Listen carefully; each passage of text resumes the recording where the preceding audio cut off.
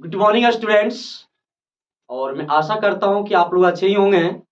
और आज मैं लेकर आया हूं हिंदी व्याकरण से। और आज मैं चर्चा करूंगा क्रिया के बारे में। क्रिया आज मैं डिस्कस करने वाला हूं क्रिया के बारे में। जिसे आप जानते हैं इसे इंग्लिश में वर्ब कहते हैं। और ये जो है आपका कक्षा 10वीं में एक क्रिया से आपका 3 नंबर का पूछता है। कितने नंबर का? 3 अंक का जो पूछा जाएगा, आपका 3 अंक का पूछा जाएगा। तो हम जानना चाहेंगे क्रिया है क्या, क्रिया किसे कहते हैं। हमारा फर्स्ट एक प्रश्न है इसमें, क्रिया किसे कहते हैं। इसका परिभाषा आपको याद करना है।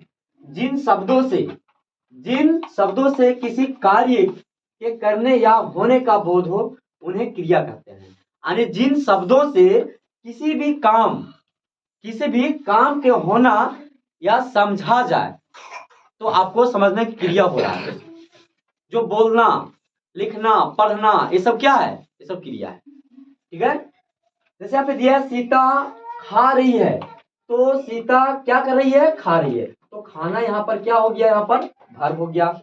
नानी ने कहानी सुनाई। नानी ने क्या सुनाई? कहानी सुनाई। सुनाना यानी सुनाई, ये आपका वर्ब हो गया। तो ये आपका क्रिया हो गया।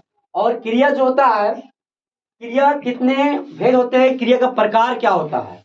क्रिया को अधिक कर्म के साथ देखा जाए तो क्रिया 2 प्रकार के होते हैं। क्रिया कितने प्रकार के होते हैं? क्रिया 2 प्रकार के होते हैं। वो हमारा फर्स्ट है सकर्मक क्रिया और दूसरा हमारा आकर्मक क्रिया। हम लोग इसी में कहते हैं सकर्मक क्रिया, इंग्लिश में कहते हैं ट्रांजिटिव वर्ब, और आकर्मक क्रिया कहते हैं इंट्रांजिटिव वर्ब कहते हैं। अब मैं बताना चाहूंगा सकर्मक क्रिया है क्या। सकर्मक क्रिया है क्या? सकर्मक क्रिया जिस क्रिया का प्रभाव किसके पर है? कर्ता पर। कर्ता इंग्लिश में कहते हैं सब्जेक्ट, यानी जो काम को करता है हम उसे कर्ता कहते हैं। तो क्रिया का प्रभाव किसे पड़ेगा? कर्ता पर प्रभाव पड़ेगा। पर ना पड़कर किसे पड़ेगा? कर्म पर। यानी जिस क्रिया का प्रभाव कर्ता पर ना पड़ करके कर्म पर पड़ेगा। किस पर? कर्म पर। उसे हम सकर्मक क्रिया कहते हैं। इसे आप साधारण परिभाषा दे सकते हैं। सकर्मक क्रिया वैसे क्रिया जिसमें कर्म की आवश्यकता होती है, जिसमें कर्म की आवश्यकता होती है, उसे सकर्मक क्रिया कहते हैं। जैसे पढ़ना, लिखना, बोलना।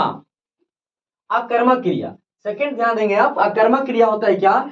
जिस क्रिया का प्रभाव कर्ता पर पड़ता है। जिस क्रिया का प्रभाव कहाँ पड़ता है? कर्ता पर पड़ता है। इसमें कर्ता पर नहीं पड़ता है, यहाँ पर पढ़ना हो जाएगा। यहाँ पर कर्ता पर प्रभाव नहीं पड़ता है, जबकि इसमें कर्ता पर प्रभाव पड़ता है, वह अकर्मक क्रिया कहलाता है। आप इसे साधारणता बोल सकते हैं। अकर्मक क्रिया किसे कहते हैं? वैसे क्रिया जिसमें कर्म की आवश्यकता नहीं होती है। जैसे हंसना, रोना, सोना, उड़ना, ये सब भी हो सकता है।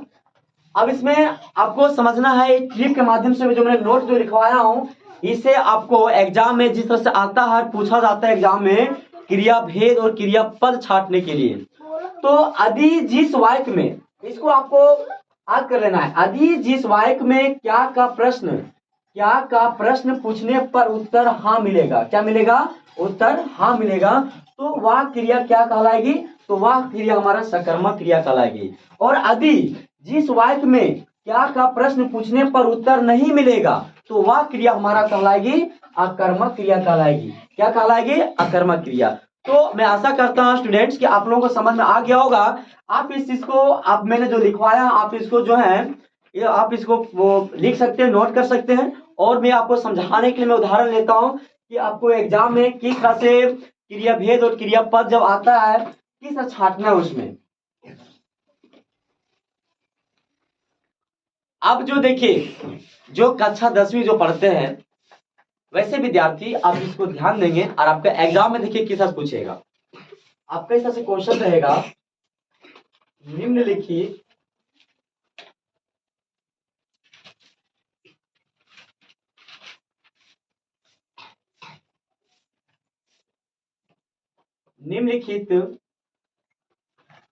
वाक्य में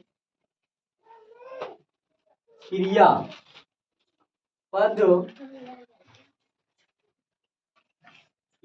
पद छाट कर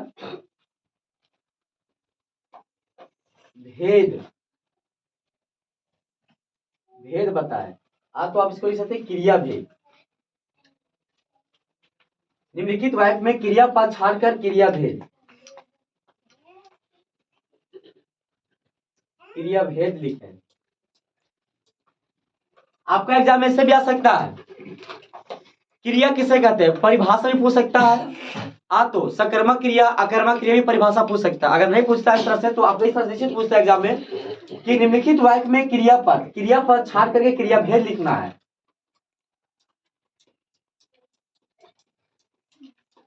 नानी मानस पढ़ रही है,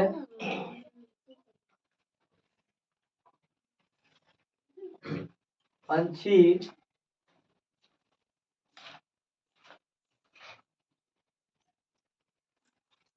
घोंसला में रहती है,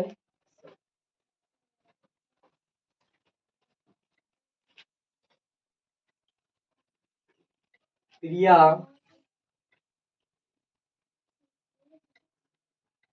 किताब पढ़ रही है,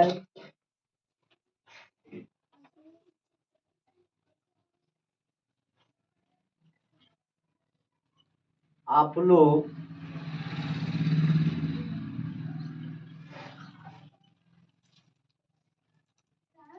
खा रहे हैं। देखिए इस तरह से रहेगा, नानी मानस पढ़ रही है। नानी क्या पढ़ रही है, जो मैंने आपको नोट्स में लिखवाया कि यदि जिस वाक्य में क्या का प्रश्न पूछने पर अगर उत्तर हाँ मिले तो वैसे क्रिया सकर्मक कहलाती है।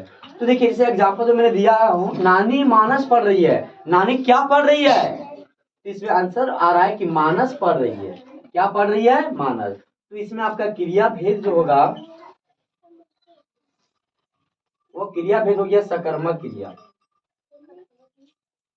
सकर्मक क्रिया। नानी क्या पढ़ रही है, मानस पढ़ रही है, तो हो गया क्रिया भेद से छाटेंगे तो हो गया सकर्मक क्रिया। लेकिन इसका पद तो इसका जो पद जो होगा, इसका पद होगा पढ़ रही है, पढ़ रही है। इस तरह से आपको पद छाटना, भेद छाटना है। जैसे सेकंड देखिए, पंछी घोंसला में रहती है। पंछी घोंसला में रहती है। पंछी घोंसला में क्या रहती है, कहाँ रहती है वैसा नहीं, क्या रहती है। तो पंछी घोंसला में क्या रहती है, कोई आंसर नहीं मिल रहा है। जब कोई आंसर नहीं मिल रहा है तो इसका क्रिया भेद जो हो जाएगा, क्रिया भेद होगा अकर्मक क्रिया। अकर्मक क्रिया। और इसका पद जो होगा वह होगा रहती है, रहती है। गाल नंबर ध्यान देंगे, क्रिया किताब पढ़ रही है। क्रिया क्या पढ़ रही है, तो क्रिया किताब पढ़ रही है। स्पष्ट पता चल रहा है, आंसर मिल रहा है उत्तर कि किताब पढ़ रही है। तो इसका क्रिया भेद जो होगा वह होगा सकर्मक क्रिया।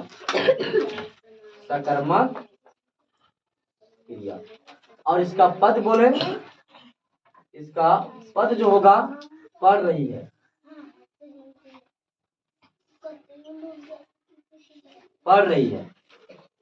आप लोग खा रहे हैं। आप लोग क्या खा रहे हैं, तो आप लोग क्या खा रहे हैं, खाना खा रहे हैं। तो आंसर तो मिल गया ना। भले यहाँ पे खाना नहीं, लेकिन अगर खाया जाएगा खाना खा सकते हैं, खाना चीज खा सकते हैं। तो यहाँ पर उत्तर मिल रहा है, हाँ में उत्तर मिल रहा है। तो वह जो क्रिया जो होगा हमारा, वह सकर्मक क्रिया होगा। इसका क्रिया भेद होगा सकर्मक क्रिया।